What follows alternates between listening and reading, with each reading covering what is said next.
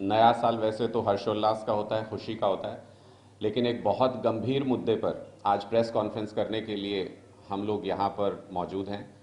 और कहीं ना कहीं एक पूरा पैटर्न नज़र आता है कि भारतीय जनता पार्टी की सरकारें किस तरीके से महिला विरोधी चेहरा रखती हैं या किस तरीके से महिला विरोधी बर्ताव करती हैं। वो दिल्ली से लेकर चंडीगढ़ तक एक जैसी सूरत और सीरत भारतीय जनता पार्टी की सरकारों की नज़र आती है। उसको लेकर के एक बेहद गंभीर मुद्दे पर ये प्रेस कॉन्फ्रेंस कर रहे हैं। आप सबको मालूम है कि एक महिला खिलाड़ी जूनियर कोच, उन्होंने बेहद संगीन आरोप हरियाणा के खेल मंत्री के ऊपर लगाए और उसके बाद जिस तरीके का संदिग्ध व्यवहार हरियाणा सरकार का, मुख्यमंत्री का और भारतीय जनता पार्टी के शीर्ष नेतृत्व का रहा, वो बेहद शर्मनाक है। मैं पहले वो 4 आरोप जो महिला कोच ने जो 4 आरोप लगाए खेल मंत्री के ऊपर, मैं उनको एक बार बहुत शॉर्ट में बताना चाहता हूं ताकि हम समझ सकें कि किस तरीके का गंभीर मामला है और किस तरीके से इसकी जानबूझकर साजिशन इस मामले को गुमराह करने, दबाने की कोशिश की जा रही है। महिला कोच ने कहा कि मंत्री ने स्नैपचैट और इंस्टाग्राम पर मैसेज भेजे, यानी ये कोई किसी एक समय पर घटी हुई कोई घटना नहीं है, बल्कि एक सीरीज है। पहले से ही सुनियोजित तरीके से खेल मंत्री इन महिला को किसी न किसी तरीके से दबाने की, दबाव में लाने की कोशिश कर रहे थे, इनको एंगेज करने की कोशिश कर रहे थे। मंत्री ने कहा कि तुम मुझे खुश रखो, मैं तुम्हें खुश रखूंगा, यानी अपने पद का दुरुपयोग भारतीय जनता पार्टी की सरकार में खेल मंत्री संदीप सिंह साफ तौर पर कर रहे थे। वो इस आरोप से साफ नजर आता है। महिला ने, जो खिलाड़ी महिला हैं, और उन्होंने आरोप लगाया कि ये जो घटना हुई इसके दौरान उनकी टी शर्ट भी फट गई थी, यानी कि ये सीधे सीधे यौन उत्पीड़न का मामला, सीधे सीधे ये महिला उत्पीड़न का मामला है, जिसमें मंत्री अपने पद का, अपनी साख का दुरुपयोग करके अपने मातहत, अपने डिपार्टमेंट में काम कर रही एक महिला का अनैतिक फायदा उठाना चाहते थे।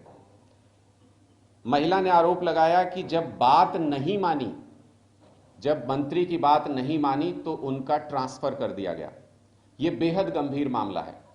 जब इस युग में जब हम कहते हैं कि महिलाएं कंधे से कंधा मिला के काम करें पुरुषों के साथ, जब भारतीय जनता पार्टी का शीर्ष नेतृत्व यह नारा देता है बेटी बचाओ बेटी पढ़ाओ, ऐसे में महिलाओं के प्रति हो रहे अपराध के प्रति ऐसा उदासीन रवैया खट्टर सरकार की पोल खोलता हुआ नजर आता है कि उनके कहने की बातें और है और करने का तरीका और है। मैं क्यों ऐसा कह रहा हूं कि उनका कहने का तरीका और है और करने का तरीका और है? महिला ने अपनी कंप्लेंट में बहुत ही डिटेल में सब कुछ बताया। उन्होंने कहा कि सीसीटीवी फुटेज की भी जांच की जाए तो उसमें भी सब कुछ खुल सकता है मामला। उनके फोन की जांच हो, मंत्री के फोन की जांच हो।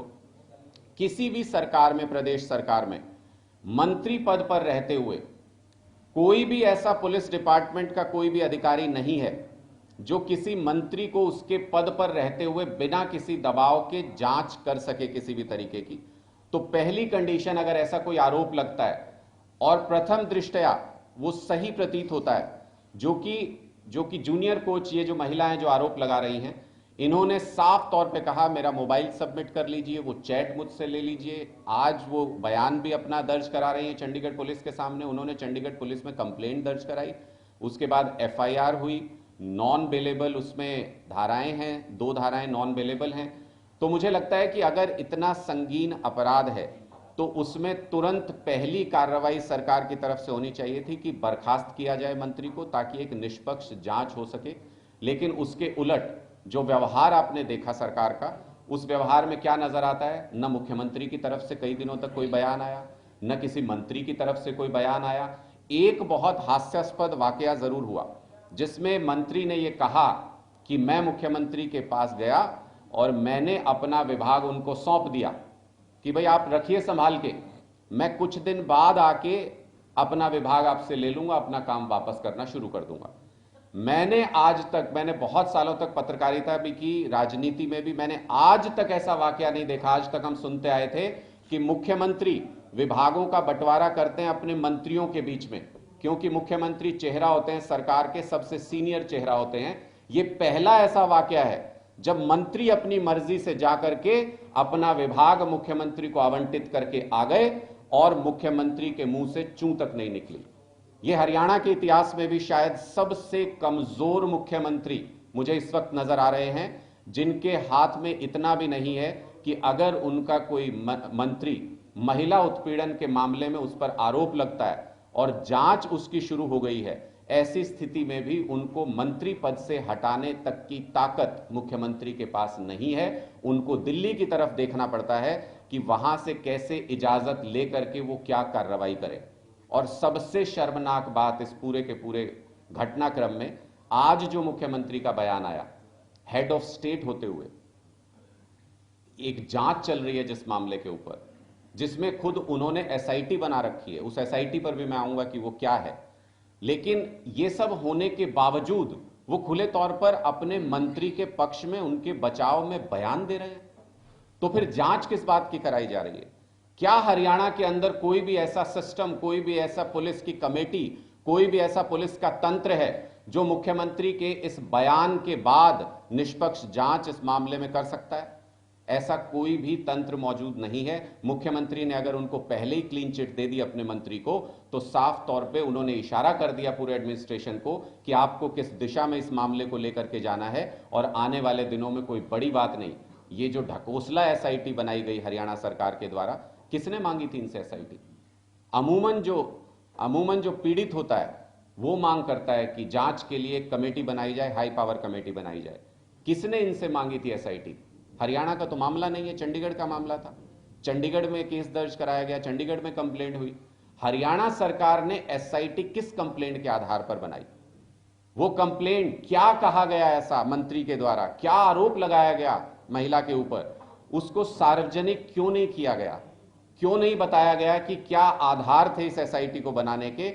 और मेरा ऐसा मानना है कि ये सीधे सीधे तौर पर जो चंडीगढ़ पुलिस ने जांच प्रारंभ की, उस पर दबाव बनाने के लिए, अनैतिक दबाव बनाने के लिए इस एसआईटी का गठन किया गया, क्योंकि इस एसआईटी में वो सीनियर अधिकारी मौजूद हैं जो कि चंडीगढ़ में जो सबसे सीनियर पुलिस अधिकारी हैं वो हरियाणा कैडर से आती हैं। उनको वापस हरियाणा कैडर में जाना होगा यहां अपना काम करने के बाद, और उनसे सीनियर अधिकारी हरियाणा की एसआईटी में मौजूद हैं। तो कहीं ना कहीं ये अप्रत्यक्ष रूप से चंडीगढ़ पुलिस पर दबाव बनाने की कोशिश साफ तौर पर हरियाणा की तरफ से नजर आ रही है। मैं इस मामले को, दिल्ली में जो बेहद शर्मनाक घटना नए साल पर घटी, मैं इस मामले को उससे भी जोड़ना चाहता हूं। वहां पर भी जो ये घटना हुई, उसमें भारतीय जनता पार्टी के एक नेता का आरोपी के रूप में सीधे तौर पर वहां के मंडल अध्यक्ष हैं, वहां के मंडल के पदाधिकारी हैं, उनका सीधे तौर पर नाम आ रहा है कि वो आरोपी हैं इस मामले में। उनका एफआईआर तक में नाम है, इस घटना में शामिल हैं। एक जघन्य तरीके से जो एक लड़की की हत्या कर दी गई, जिस मामले में दिल्ली में भारतीय जनता पार्टी, वहां उनकी पुलिस, दिल्ली पुलिस बचाव कर रही है उस व्यक्ति का, क्योंकि वो बीजेपी का पदाधिकारी है। और यहां पर चंडीगढ़ के अंदर, हरियाणा के अंदर, यहां पर पुलिस, हरियाणा पुलिस बचाव कर रही है, सरकार बचाव कर रही है, क्योंकि वो भारतीय जनता पार्टी का मंत्री है। ये पूरा एक मानसिकता दिखाता है भारतीय जनता पार्टी के नेतृत्व और नेताओं की, कि महिलाओं के खिलाफ उनकी एक मानसिकता बन चुकी है पूरी तरह से, कि महिलाओं का उत्पीड़न, शोषण बीजेपी के लोग अपना अधिकार मानते हैं।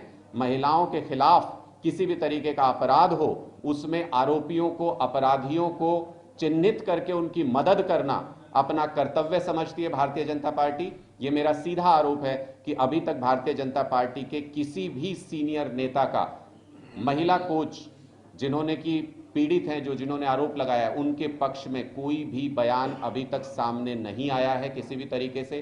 कोई एक नेता ऐसा भारतीय जनता पार्टी में नहीं है क्या जो खुल करके पीड़ित महिला के साथ भी खड़ा हो सके? क्या महिलाओं से हम बाहर निकल के उनसे हम उम्मीद कर सकते हैं कि वो अपना काम सही से कर सकें, अपने डिपार्टमेंट में काम सही से कर सकें? हमारा सवाल सीधे तौर पर यह है कि अभी तक इन मंत्री को बर्खास्त करके गिरफ्तार क्यों नहीं किया गया? अभी तक मंत्री के घर की तलाशी, उनके फोन जब्त क्यों नहीं किए गए? अभी तक ऐसी कोई जांच कमेटी, कोई जुडिशियल जांच क्यों नहीं बिठाई गई जिसमें कि हरियाणा सरकार से ऊपर, चाहे वो हाईकोर्ट के रिटायर्ड जस्टिस हो, चाहे सिटिंग जज इस पूरी जांच की देखरेख करे, ऐसी कोई रिक्वेस्ट हरियाणा सरकार की तरफ से या ऐसी कोई हरियाणा से ऊपर जो एजेंसी आती है वो ऐसी एजेंसी को जांच क्यों नहीं सौंपी गई अभी तक, जब आपका मंत्री इसमें खुद इन्वॉल्व है? और किस अधिकार के तहत हरियाणा में संदीप सिंह जो खेल मंत्री हैं, किस अधिकार के तहत, कौन से संविधान को, कौन सी धारा को, किस नियम को फॉलो करते हुए वो अपनी मर्जी से अपना विभाग त्याग सकते हैं, मुख्यमंत्री को सौंप के आ सकते हैं? उसके बारे में स्पष्टीकरण क्यों नहीं आया? और मुख्यमंत्री उस पीड़ित महिला को, जो कि आपके हरियाणा की बेटी है, जो कि आपकी जिम्मेदारी है उसकी सुरक्षा करना, उसके पक्ष में बोलने की बजाय अपने आरोपी मंत्री के पक्ष में पहला बयान मुख्यमंत्री का क्यों आया? और ये बेटी बचाओ बेटी पढ़ाओ का नारा जो देते थे भारतीय जनता पार्टी के नेता, वो बेटी बचाओ बेटी पढ़ाओ के बाद क्या उनके नौकरी करने पर भारतीय जनता पार्टी के नेता इसी तरीके से उनका उत्पीड़न करेंगे? इसका जवाब भारतीय जनता पार्टी के कौन नेता या हरियाणा के सीएम कब देने वाले हैं? ये आम आदमी पार्टी के सीधे तौर पर सवाल हैं। आम आदमी पार्टी इस मुद्दे को पुरजोर तरीके से उठाएगी और किसी भी तरीके की कोई लीगल हेल्प अगर पीड़ित महिला को जरूरत पड़ती है, उन जूनियर कोच को जरूरत पड़ती है, तो आम आदमी पार्टी की लीगल सेल पूरे तरीके से उनको लीगल हेल्प भी प्रोवाइड करेगी। हम अपनी पूरी ताकत के साथ इस मामले को उठाएंगे। हमारे साथ हरियाणा प्रदेश की महिला अध्यक्ष आम आदमी पार्टी की अनु जी भी मौजूद हैं, वो इस मामले पे अपनी बात रखना चाहते हैं।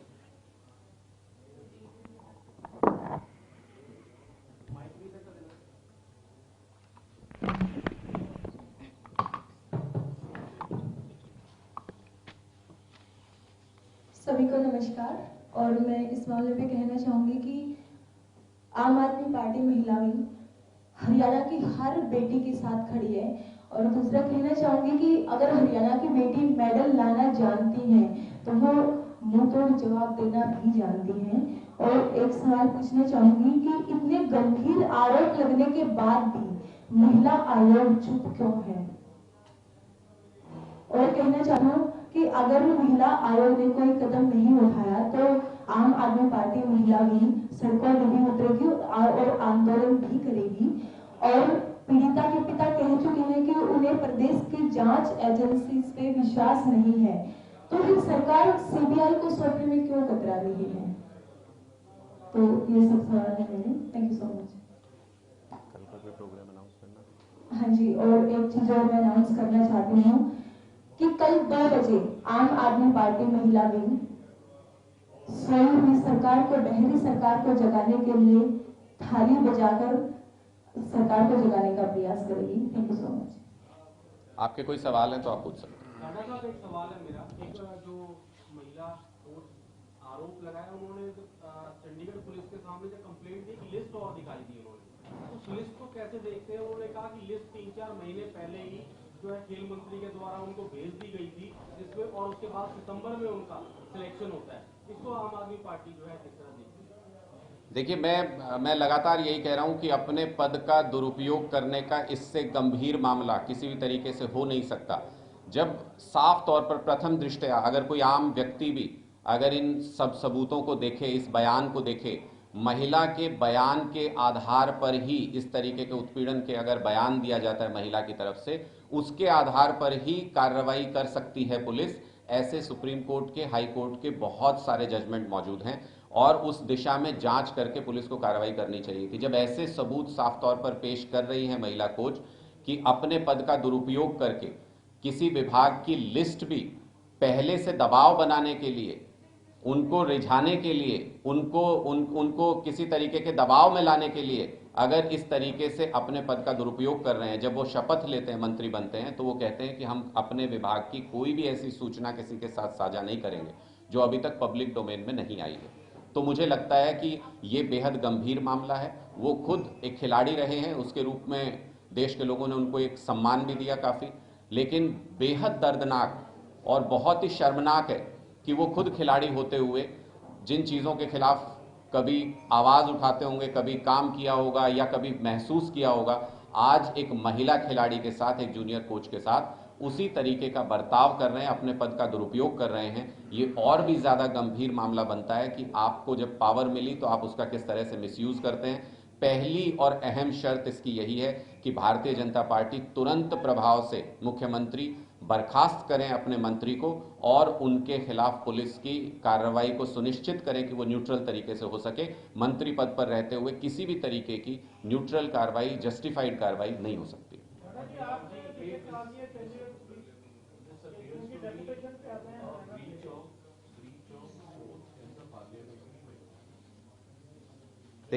देखिए बिल्कुल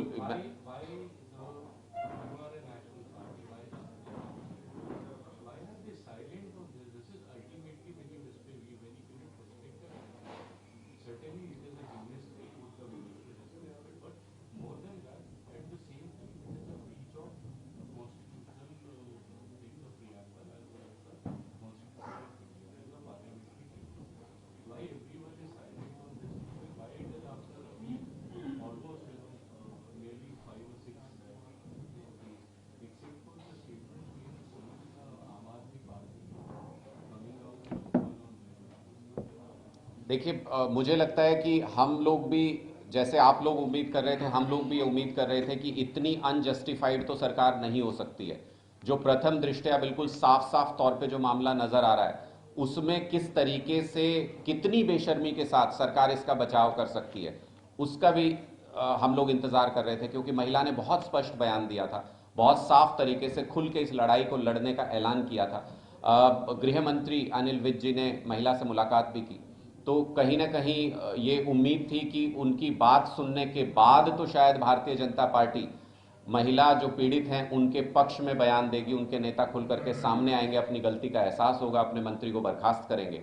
लेकिन जब हमने देखा है कि ये बेशर्मी लगातार बढ़ती जा रही है सरकार की, और एक गजब की उदासीनता, जो पारंपरिक राजनीतिक दल हैं उनमें एक गजब तरीके की उदासीनता मैं देख रहा हूं महिलाओं के अधिकारों के प्रति, महिलाओं की भागीदारी के प्रति। महिलाओं को आगे लाने की बात तो हम करते हैं राजनीति में, लेकिन कितना मौका देते हैं, किस तरीके से उनको प्रोत्साहित करते हैं, या फिर जो इस तरीके की घटना होती है उसको लेकर के आंखें बंद कर लेते हैं। ये बहुत बड़ा मैसेज सेंड करता है। ये सिर्फ हरियाणा के लिए एक मैसेज नहीं है, चंडीगढ़ के लिए एक मैसेज नहीं है। अगर ये एक नजीर बन गया तो पूरे देश में महिलाओं के उत्पीड़न में के जो मामले हैं उनमें बढ़ोतरी के लिए जिम्मेदार होंगे ऐसे मामले। हर मंत्री, हर अधिकारी ये सोचेगा कि वो ऐसा कोई कर्म करके वो बच करके निकल सकता है अपने पद का दुरुपयोग करके। इसलिए इनमें एग्जाम्पल सेट होना चाहिए ऐसे मामलों में। और जब वो अपने विभाग में नहीं है, मुझे लगता है कि एक खेल मंत्रालय का ही ऐसा विभाग था उनके पास जो जिसमें कि वो कोई योगदान सरकार में दे रहे होंगे या नहीं दे रहे होंगे, अगर वो अपना विभाग ही सरेंडर कर रहे हैं, मुझे कोई कारण समझ में नहीं आता कि उनको तुरंत मंत्री पद से क्यों नहीं हटाया जा सकता। बिना किसी कंसिडरेबल विभाग के उनको मंत्री बना के क्या सिर्फ इसलिए रखा जा रहा है कि सरकार मैसेज दे रही है अधिकारियों को कि ये मंत्री हैं, सरकार इनके पीछे खड़ी है, इनके खिलाफ किसी भी तरीके की कोई कार्रवाई नहीं की जाए। तो मुझे लगता है कि नेशनल पार्टीज का आपने सवाल पूछा, हमारे लिए भी ये बहुत शॉकिंग है, बहुत उदासीन है कि महिलाओं की भागीदारी सुनिश्चित करने के लिए बार बार आवाज उठाने वाली पार्टियां, बार बार ये कहने वाली पार्टियां कि महिलाओं को अधिकार मिलना चाहिए, ज़्यादा से ज़्यादा रिप्रेजेंटेशन मिलना चाहिए, जब ज़मीन पर उस पर एक्ट करने की बात आती है तो बहुत ही उदासीन रवैया देखने को मिल रहा है।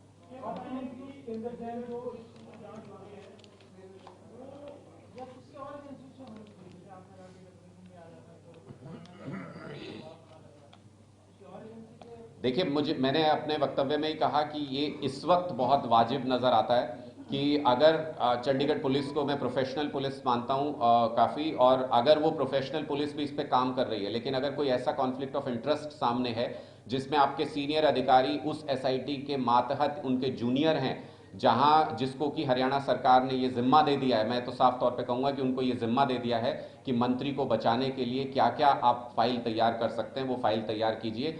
ऐसी स्थिति में या तो हाई कोर्ट के सिटिंग जज देखरेख में ये जांच होनी चाहिए, या फिर किसी रिटायर्ड जज, हाई कोर्ट के माननीय रिटायर्ड जज की अध्यक्षता में कोई कमेटी बना करके तब इसकी जांच होनी चाहिए, ताकि न्यूट्रल तरीके से बिना किसी इन्फ्लुएंस के इस जांच को पूरा किया जा सके।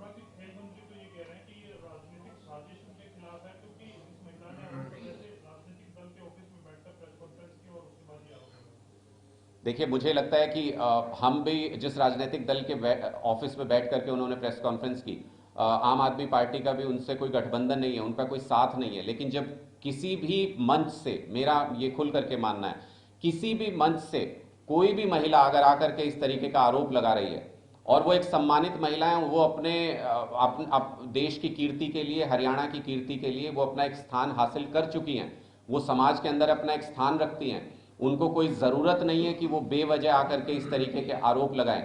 अगर ऐसी महिला जो समाज में आगे बढ़ के अपनी जिम्मेदारी निभा रही है, अपनी जिम्मेदारी को लोगों को चैलेंज कर रही है, समाज को चैलेंज कर रही है कि हम भी बराबर के हकदार हैं, उनको अगर इस तरीके के मामलों में फंसा करके, उलझा करके उनका मोराल डाउन करने की कोशिश होती है, तो समाज के हर हिस्से को, आप किसी भी पार्टी से आते हैं, किसी भी विभाग से आते हैं, किसी भी सरकार से आते हैं, सबको आकर के उस महिला के साथ खड़ा होना चाहिए, हमारा ऐसा मानना है। इसलिए हम पूरी ताकत के साथ इस पीड़ित महिला के साथ खड़े हैं। इनको जिस दर्द से गुजरना पड़ा, जिस दबाव से गुजरना पड़ा, उसको हम पूरे तरीके से महसूस करते हैं। आम आदमी पार्टी हर तरीके से, हर संभव तरीके से पीड़ित महिला की मदद करने की कोशिश करेगी। मैंने पहले भी कहा, लीगली जरूरत होगी लीगली मदद करेंगे, सड़क पर उतरना पड़ेगा सड़क पर भी उतरेंगे, लेकिन न्याय मिलना चाहिए ऐसे किसी भी मामले में, क्योंकि इसका गलत असर पूरे समाज पर, पूरे देश पर बहुत दीर्घकालिक होता है। इसलिए अपने समाज को बचाने के लिए सबको एकजुट होकर महिला के साथ खड़ा होना चाहिए।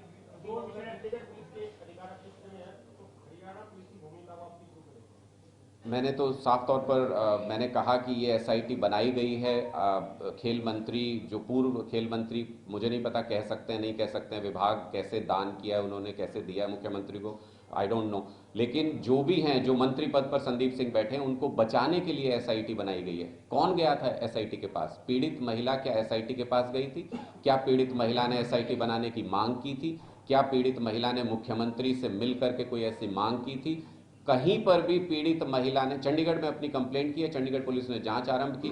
हरियाणा पुलिस को एसआईटी बनाने की क्या जरूरत थी इतने सीनियर अधिकारियों को उसमें इन्वॉल्व करके, जबकि उनके पास पीड़ित महिला की ऐसी कोई रिक्वेस्ट नहीं गई थी।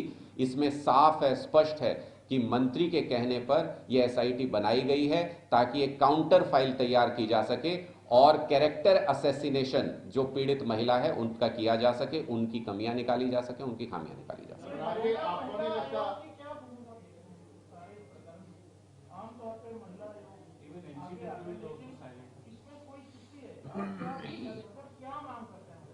देखिए, मुझे लगता है कि महिला आयोग की महिलाओं के अधिकारों की रक्षा के लिए बहुत बड़ी जिम्मेदारी है। हम हरियाणा महिला आयोग से भी, हम एनसीडब्ल्यू से भी हम ये उम्मीद करते हैं कि इस मामले को गंभीरता से लेकर के अगर सरकार इस मामले में जो आरोपी हैं उनकी मदद करने पर उतारू हैं, तो महिला आयोग को अपनी भूमिका सजग तरीके से निभानी चाहिए और अकाउंटेबिलिटी फिक्स करनी चाहिए। ये सुनिश्चित करना चाहिए कि एक न्यूट्रल तरीके से कार्रवाई हो सके पुलिस की।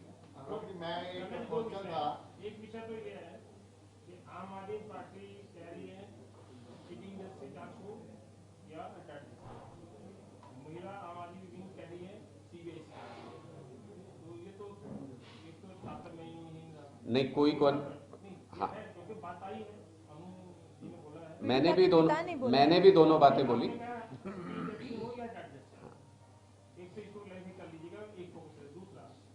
आपने भी कह दिया और दलों ने भी कह दिया कि ये जांच इस्तीफा तो मुख्यमंत्री ने कह दिया अंडर आरोप है लड़की के, इस्तीफे का तो मतलब कुछ सवाल ही नहीं, जब इस्तीफा वो दे नहीं रहे हैं, अब आम आदमी पार्टी कर क्या रही है, इसको इस्तीफा ये दें, उसके लिए खाली से तो इस्तीफा नहीं देंगे, क्या और भी कोई उनके द्वार जाना है, जाके जरूर करना है, कहीं और करना है, क्या करना, कोई ऐसा कुछ? देखिए, बिल्कुल, मैं आपके दोनों पॉइंट्स बता दूं कि एक, मैंने अपने वक्तव्य में ये बोला कि कोई सिटिंग जज हो उनकी देखरेख में पुलिस जांच करे, पूर्व जस्टिस की अध्यक्षता में कोई कमेटी बने, या कोई ऐसी एजेंसी जो हरियाणा सरकार से ऊपर है, ऐसी किसी एजेंसी से जांच हो, मैंने ऐसा बोला। उसको अनुज ने और स्पेसिफाई किया क्योंकि जो महिलाएं हैं उनके पिता ने ये मांग की थी कि सीबीआई से जांच हो, इसलिए उन्होंने इस बात को बोला। दूसरा, आपने कहा कि वो अपने पद से ना हटेंगे, ना उनको हटाया जाएगा।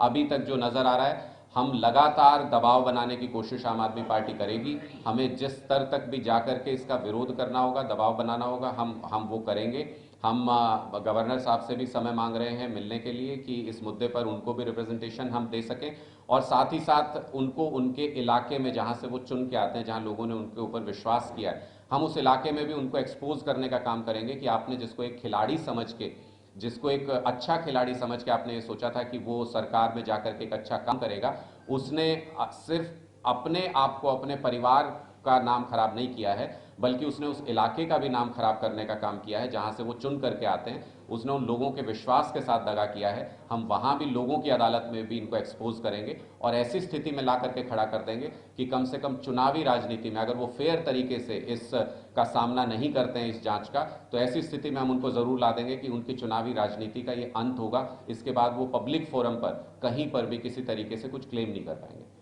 मुख्यमंत्री ने तो ये कहा था कि किसी के आरोप लगाने से कोई व्यक्ति दोषी नहीं हो जाता है, तो इसमें क्या गलत बात है? सवाल किसके संदर्भ में पूछा गया था? संदर्भ हमेशा बहुत महत्वपूर्ण होता है। अगर मुख्यमंत्री जी से संदर्भ में सवाल पूछा गया, इस महिला के आरोपों को लेकर के सीधे सवाल पूछा गया, मुख्यमंत्री जी का फर्ज बनता था कि एजेंसीज फेयर जांच करें। मेरी तरफ से किसी तरीके का किसी को कोई सहयोग नहीं होगा, मेरी तरफ से किसी तरीके का कोई इशारा नहीं होगा। जब तक जांच होती है तब तक मैं अपने मंत्री को मंत्री पद से बर्खास्त करता हूं।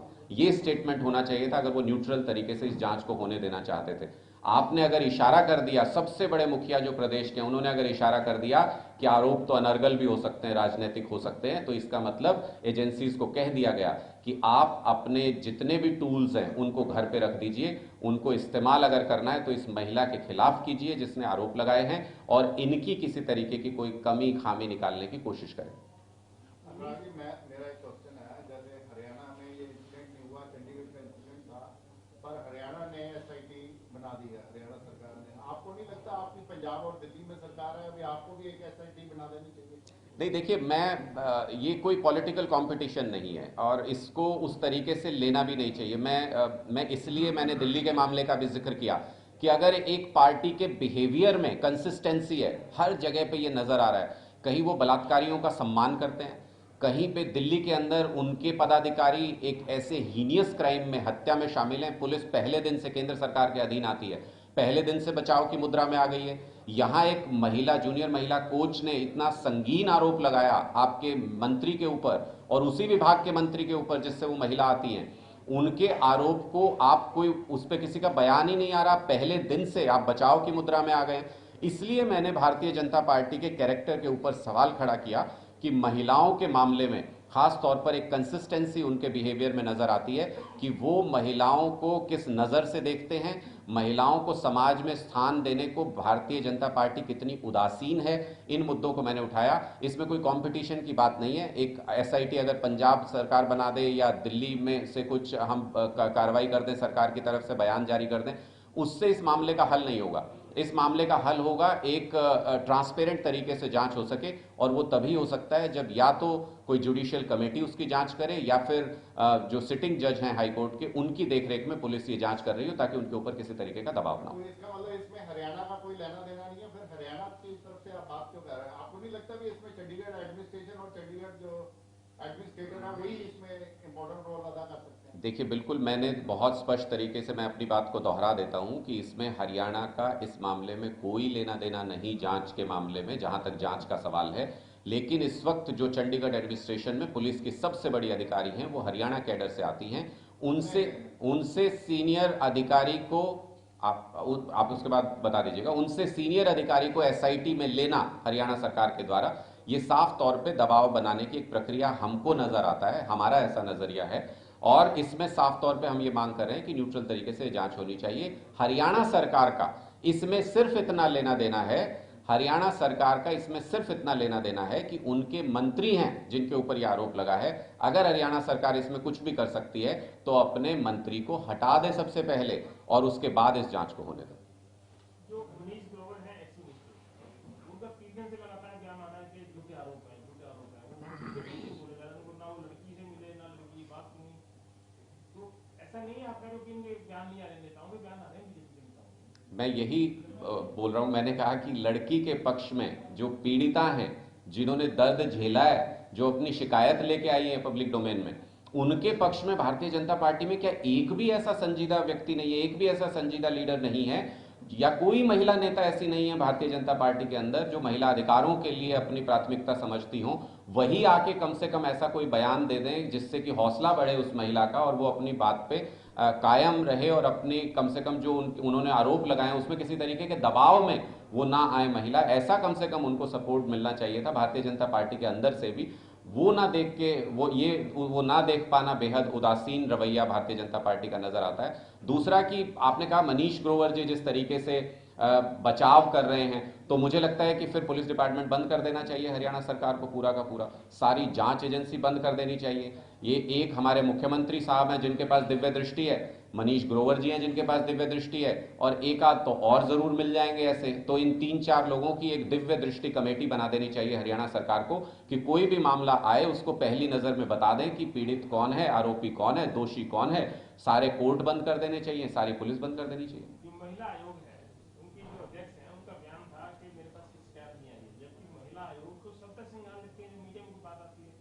तो महिला आयोग के इस प्रकरण को किस तरीके से देखते हैं, अभी तक का जो उनकी कार्यप्रणाली नजर आ रही है? देखिए, मैंने कहा कि महिला आयोग की बहुत महत्वपूर्ण जिम्मेदारी होती है ऐसे मामलों में, क्योंकि ये आयोग बनाए किस लिए गए, महिला विभाग भी था, सब कुछ था, लेकिन उसके बावजूद महिला आयोग इसलिए बनाए गए कि इंडिपेंडेंट तरीके से अगर महिलाओं के अधिकारों का कहीं पर हनन हो रहा है तो उसके लिए कम से कम एक बुलंद आवाज, जो पुलिस मशीनरी के ऊपर भी एक चाबुक का काम कर सकते हैं, ऐसे अधिकार महिला आयोग को दिए गए। मेरा निवेदन हरियाणा महिला आयोग से भी और एनसीडब्ल्यू से भी ये है, अमूमन ऐसे मामलों में जो इतना हाईलाइटेड मामला है, जो एक मंत्री के बारे में है, स्वतः संज्ञान लेते हुए महिला आयोग कार्रवाई उस पर करते हैं। मेरा ऐसा मानना है कि महिला आयोग में जितने भी सदस्य चेयरमैन हैं उनकी अंतरात्मा जागेगी, उनकी आवाज़ उनके अंदर से आएगी और इस मामले में कोई सख्त कार्रवाई महिला आयोग की तरफ से की जाएगी। कम से कम मैं पर्सनली ऐसी उम्मीद करता हूँ, हमारी पार्टी ऐसी उम्मीद करती है।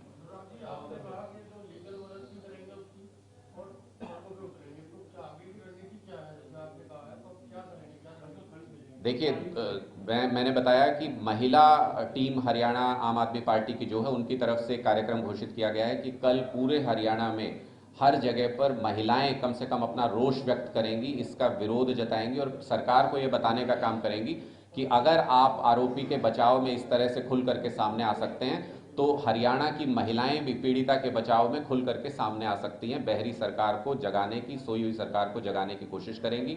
आम आदमी पार्टी राजनीतिक रूप से, ये कहा जाता है कि अगर कोई विषैला पेड़ हो तो उसको जड़ से ही काटना चाहिए, तो मैंने बताया उसमें भी कि जिस क्षेत्र से ये आते हैं उस जनता के सामने आम आदमी पार्टी इनको एक्सपोज करने का एक बड़ा कैंपेन बहुत जल्द शुरू करेगी, ताकि उस इलाके से इनकी जड़ों को खत्म किया जा सके और ये बताया जा सके लोगों को कि इस तरीके से दुस्साहस है इनका कि आपके चुने जाने के बाद महिलाओं के लिए, उनके अधिकारों की रक्षा के लिए काम करने की बजाय हरियाणा की एक बेटी के अधिकारों का हनन करके उसका उत्पीड़न करने का काम ये लोग करते हैं। उनको एक्सपोज करेंगे और साथ ही साथ जो भारतीय जनता पार्टी बेटी बचाओ बेटी पढ़ाओ का एक झूठा नारा चला रही है इतने समय से और उसको लेकर के प्रचार करती रहती है, उनको भी एक्सपोज करने का काम करेंगे कि एक भी आवाज भारतीय जनता पार्टी के अंदर से, न किसी महिला नेता की, न किसी पुरुष नेता की, एक भी ऐसी आवाज नहीं आई जिससे महिला का हौसला बढ़ सके और जो बाकी कामकाजी महिलाएं भी हैं जो घर से निकल करके समाज का सामना करती हैं,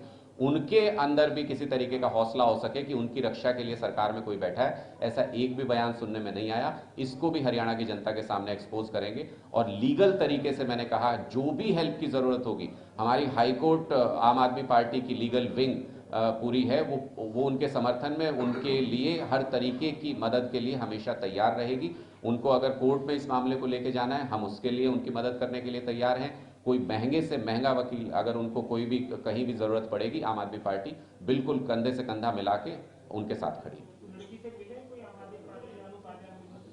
हाँ जी, हम लगातार संपर्क में हैं। अभी वो अपना बयान दर्ज कराने के लिए चंडीगढ़ पुलिस के पास हैं और उसके बाद भी क्या किस तरीके की कार्रवाई हुई, पुलिस क्या कार्रवाई कर रही है, उसका संज्ञान लेते हुए अगर उसमें किसी तरीके की कोई कमी नजर आती है तो हम उनके लगातार संपर्क में हैं।